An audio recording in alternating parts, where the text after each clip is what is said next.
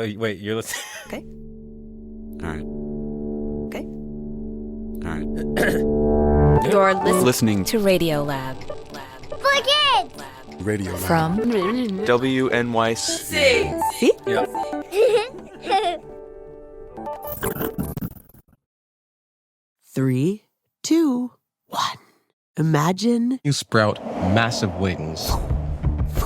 and you grow a Spiky, strong, slithery tail. You suddenly feel fearless. You breathe in, Burning heat begins to build. And as you breathe out, you are exhaling fire. you have become. A dragon.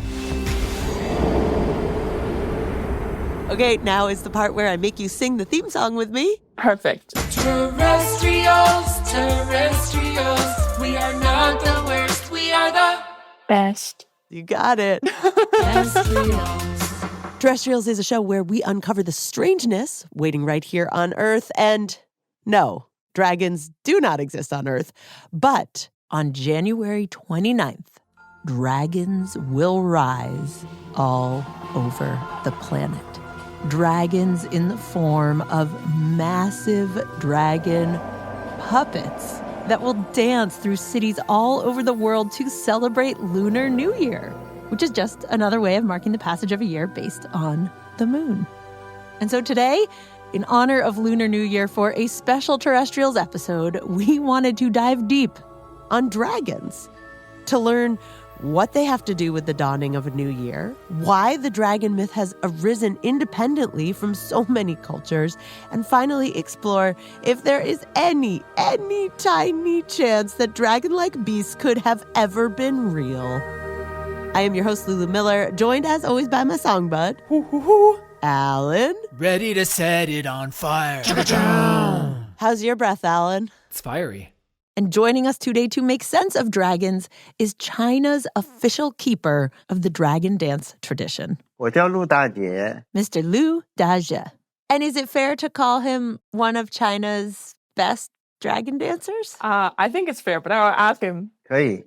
Yes. And this other friendly voice you're hearing is our Mandarin-speaking translator. Yes. So over his lifetime, Mr. Lu has taught easily thousands of people how to do the dragon dance that ushers in a new year. 所以舞龙它是一个全身运动。 Well, it's a full body workout, Lulu. Now, if you've never seen a dragon dance, picture a crowd of people out in the streets gathering to celebrate the Lunar New Year. And then suddenly, from down the street, a huge, colorful beast rises above with a dragon head and a long body like a snake. Now, beneath the dragon body are all these dancers who use long poles, Bamboo poles, to push the dragon up and down, as though it's flying through the clouds, up in the sky, down to the ground, and even breathing fire using fireworks or incense burning. So clever.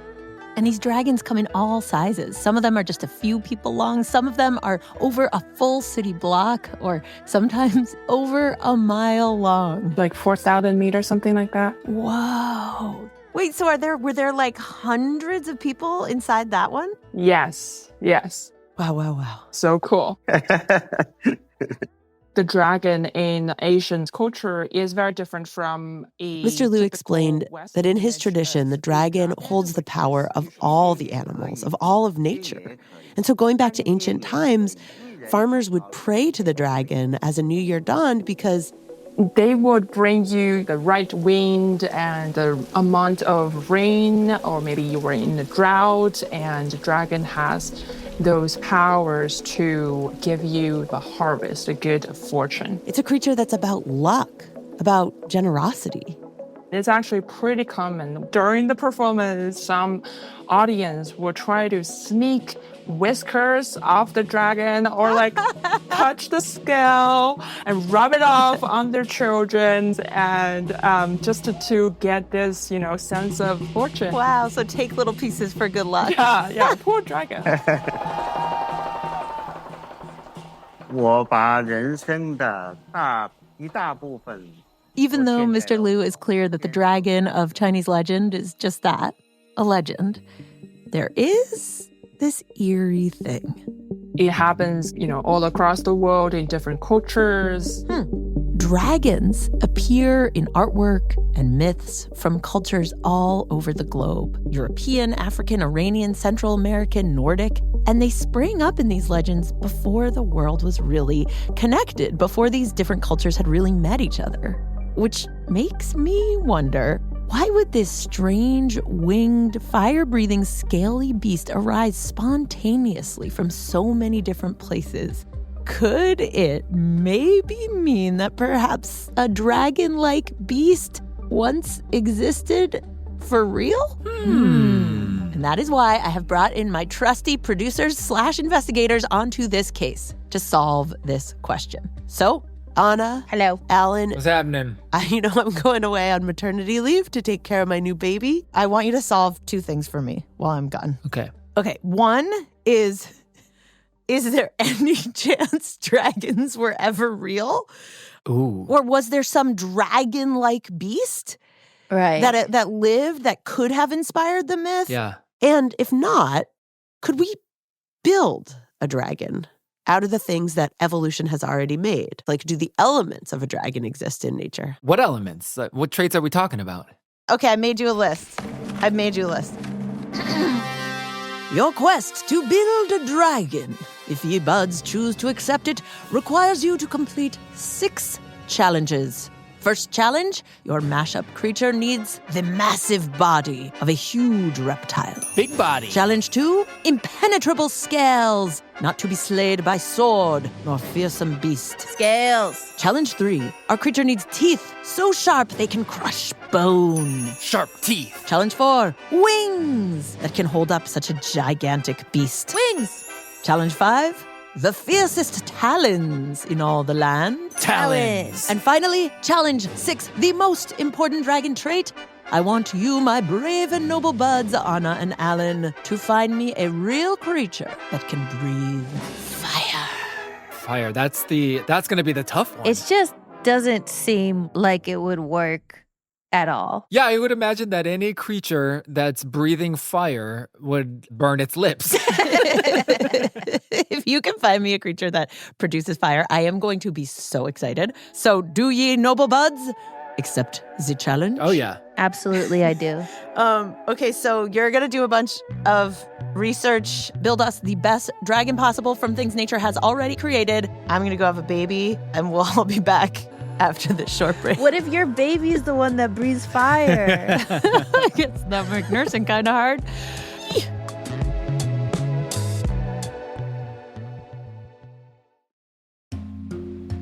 Terrestrials is back, and this is producer Bud Anna. And Songbud Alan. And we are on a dragon hunt. That's right. While Lulu is off spending time with her new baby, she tasked us with building a dragon out of parts of other animals. It's gonna be hard, but we gotta do it for Lulu. For Lulu! Woo! Okay, what do we need again? We need body, scales, teeth, wings, talons, and fire. Woof! Pressure's on. All right, let's go build this dragon. All right, challenge number 1. A huge reptilian body. When you called me earlier, I was playing with a 12-foot alligator. Wait, did he just say he was playing with a 12-foot alligator? Yes, that's right. Do not try this at home, folks. Arthur here has been running boat tours through the Louisiana swamps, tracking down alligators for the last 30 years. I ain't got chased by a dragon, but got chased by quite a few alligators. Wait, really? Yep, which is terrifying because some alligators can weigh over 1,000 pounds. A big one's gonna grab you, hold on to you, and call it a death roll, twist and rip off whatever they bite. And he says the scariest thing of all about their bite is the pressure. Those jaws can squeeze with more than 2,000 pounds of force. Tremendous bite down force. Arthur's son, Chad, says some alligators don't even have sharp teeth because their jaws are just so strong, they could just smush their prey to death. Alligators don't chew, they swallow whole. Wait, that's incredible. Yeah, and their power doesn't just stop with their jaws. The tail's super strong and solid muscle, one end to the other. They use their tails to whip other predators in defense and can cause serious injuries with their powerful swats. Yikes! All right, I guess alligator wins for a huge, muscly reptilian body. Oh, definitely. And I think I get bonus points here because alligators could also get us challenge number 2. Impenetrable scales. So each of the bumps on the back, each bump is an individual piece of bone. So it's like body armor. on their backs. You could smack that with a cane knife and it wouldn't penetrate. Called an osteoderm. Osteo meaning bone and derm meaning skin. Wait, bone skin? Like they got bone skin? Basically, it's literal armor. Similar to a dragon.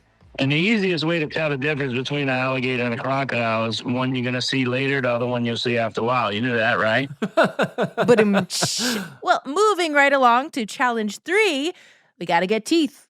So allow me to introduce you to the Komodo dragon, the largest lizard in the world. It lurks in certain jungles in Indonesia and will flash you a deadly smile with its metal teeth. Metal teeth? Yeah. That cannot exist. Yeah, it exists. Their teeth have serrated edges that are covered in a layer of iron, which makes them super sharp, able to tear through pretty much any flesh. That is so metal. I mean, man, I'm picturing them with like grills. Yeah, I mean, their teeth do have a little bit of an orange shine from the iron coating. Wow, okay, so Komodo dragon definitely wins for teeth. Mm-hmm. And I found out one more thing. You know how you were kind of all braggy about the osteoderms on alligators? Yeah? Well, alligator bellies are soft, making them vulnerable to attacks. Meanwhile, a Komodo dragon has a layer of tightly knit bony armor that covers their entire bodies, bellies included, in a reptilian chainmail that makes them pretty unslayable. Pretty good. So we got a muscly alligator tail and body, Komodo dragon teeth and scales. What about challenge 4, wings? Well, I thought maybe we could look to one of the very first creatures on Earth to ever experiment with flight. Ooh, okay, what is it? The dragonfly. Dragonflies are awesome.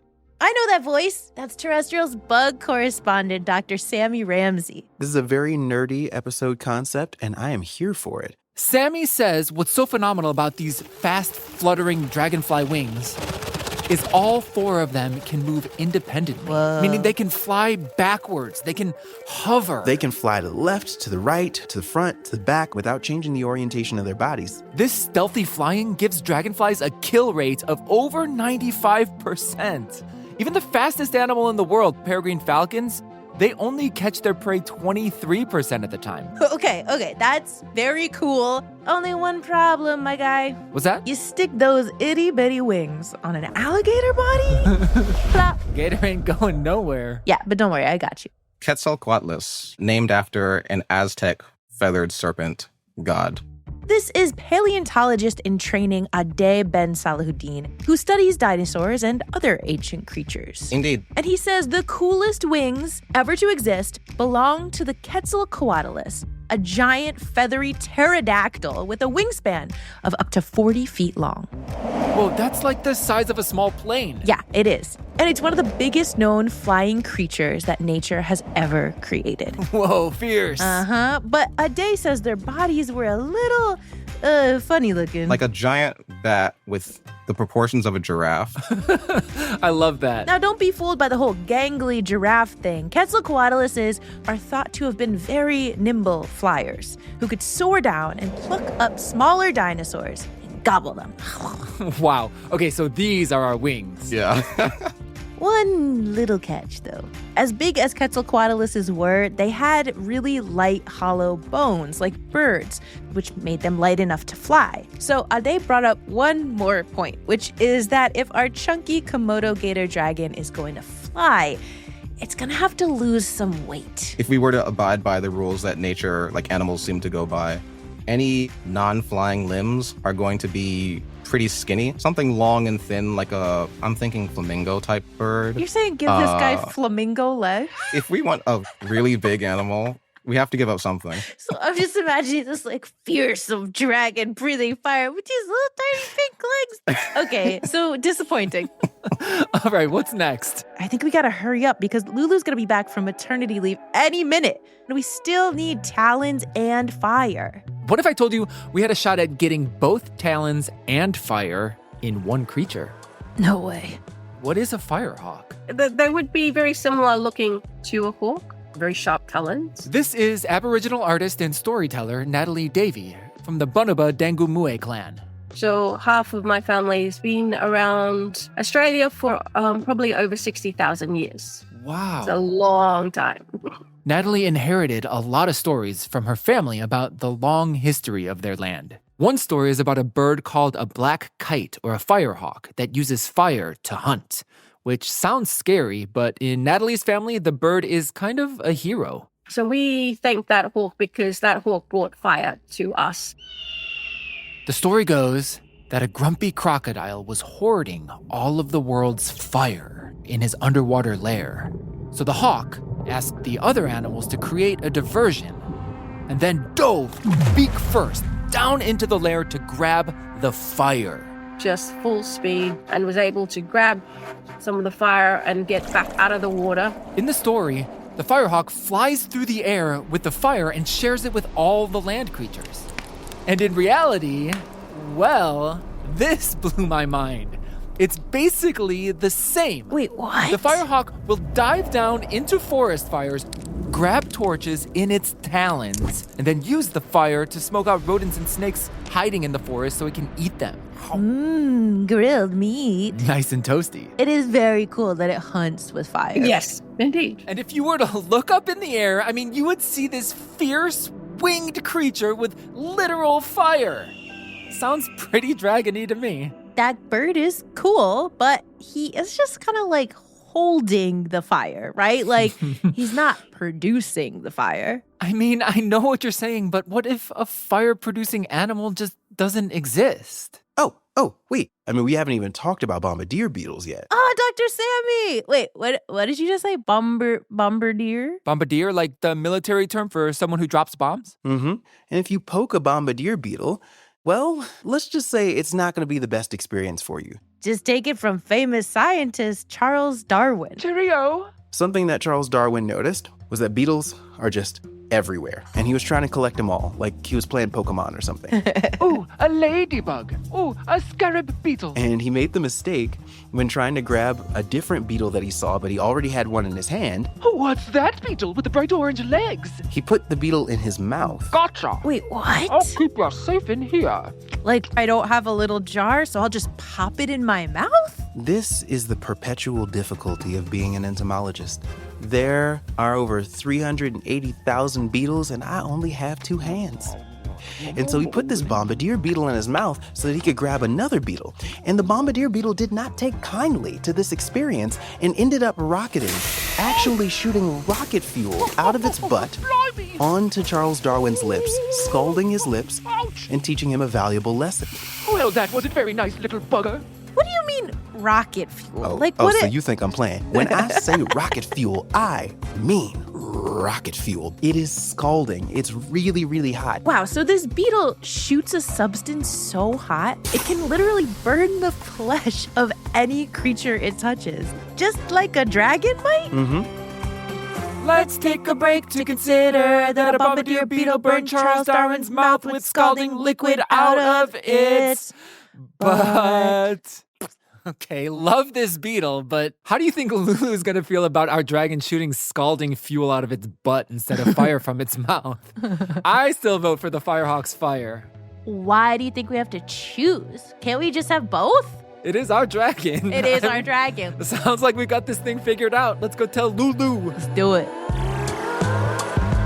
Hello, friends. Hi, Lulu. This is the baby girl. Oh, you brought the baby to the studio. Hi, girl. That's Anna and Alan. They're buddies. How are you guys?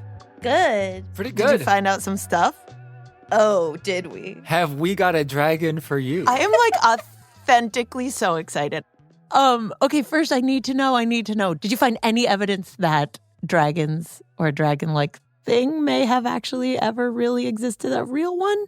To the best of our knowledge, no. Okay, let me just grieve that real quick. But why? Okay, so why are all these different cultures that weren't connected coming up with the same myth?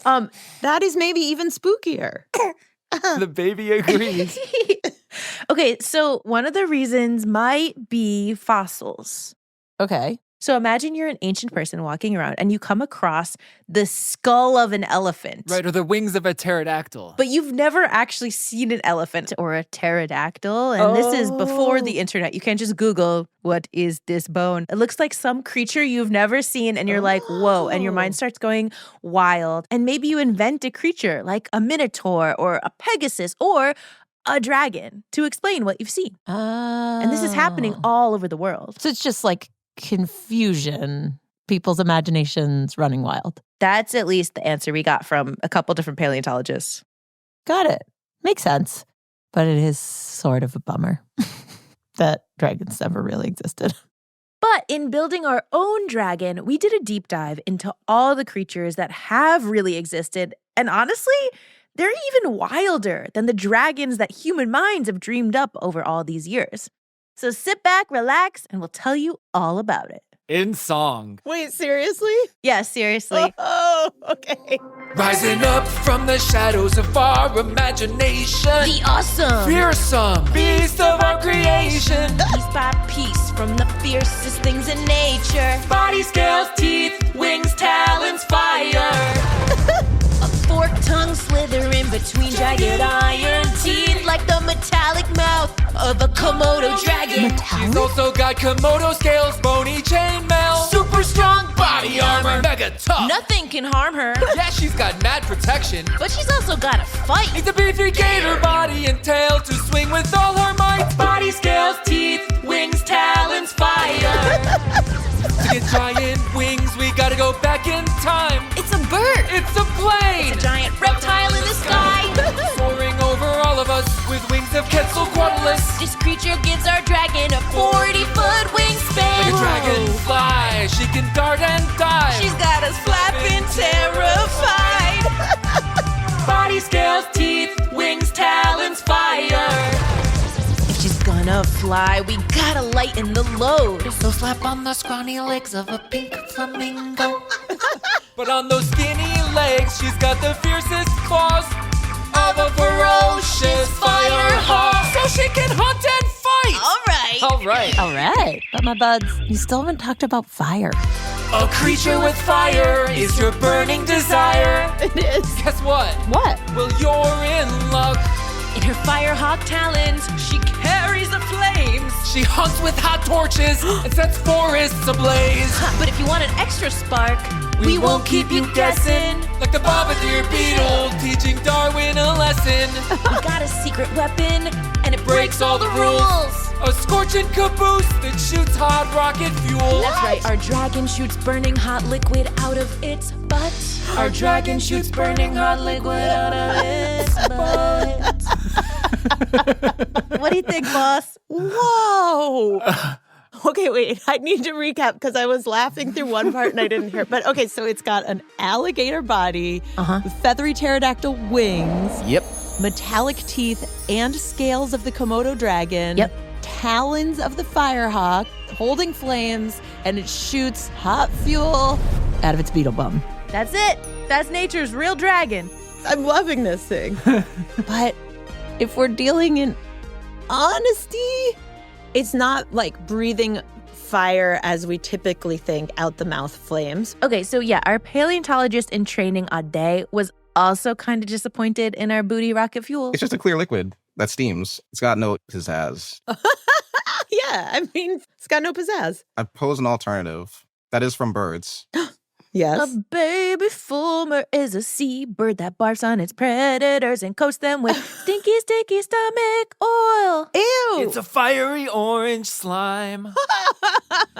Like people who work with these birds on cliffs, they have to wear protective gear over their eyes because they aim at specific spots. Okay, that's a lot of pizzazz. Yes. Let's add it to our dragon. Oh, yeah. Now our dragon is a triple fire threat. She's the most slime-barfing, fuel-tooting, fire-throwing dragon there is. Woo! Big round of applause. Yay! Thanks. Go you guys, go evolution. Go beetles that spout jet fuel. Go metallic teeth. And that'll do it for today. Biggest thanks to Mr. Lou, our dragon dancer, and happy Lunar New Year to all of you who celebrate. And to those of you who've never gone out and seen it, I hope this year maybe you can get out into a crowd and see the dragons rise. Say thanks to the moon. And finally, all of us here at Terrestrials, we can't stop talking about and imagining what this dragon would look like. The flamingo legs, pterodactyl wings, beetle bum, all that. And so we've decided to make a little contest. We would love to see your drawings of this hybrid dragon. Our favorite dragon will get a very special Terrestrials poster. So you can email us your drawing. Just send it to TERREST RIALS at WNYC.org. Submit your dragons by March 1st. All right, my little baby, you want to help me do the credits? Terrestrials was created by me, Lulu Miller, with WNYC Studios. This episode was produced by Anna Gonzalez, Alan Kafinsky, Mira Burtwin-Tonic, Tanya Chawla, Sarah Sandbach, Joe Plord, and me. Fact-checking by Diane Kelly. Yeah, we like her. Support for Terrestrials is provided by the Simons Foundation, the Arthur Vining Davis Foundations, the Calliopeia Foundation, and the John Templeton Foundation. Thank you. Special thanks to Dr. Sammy Ramsey, Ade Ben Salahuddin, Natalie Davey, Arthur and Chad Mathern, Dr. Jorge Velez Huarbe, Jay Jiang, the folks at Roger Williams Park Zoo, and you for listening. If you like our strange little show about the Earth and the creatures on it with the occasional singing, please rate and review us and share with your friends. It really does make a huge difference. Happy Lunar New Year one more time. See you in a couple spins and gurgles of this dragonless old planet of ours. Bye. Your baby says bye too.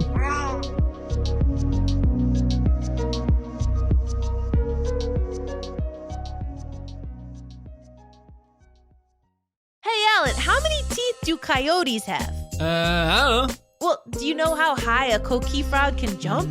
I don't even know what those are. Dang. What about, camels? Do you know anything about camels? Not really, but that's what Badger questions are for. Right. One of our favorite segments of Terrestrials is where we all stop talking and the Badgers, aka the kids with badgering questions, get to ask our experts everything they're dying to know. And we need some of those for our upcoming episodes. We're looking for questions about coyotes, rats, coqui frogs, camels, and farts. Email us a voice recording of your question along with your name, age, location, and you just might hear your badgering voice on an upcoming episode of Terrestrials. And where can they send those, Alan? Terrestrials at WNYC.org.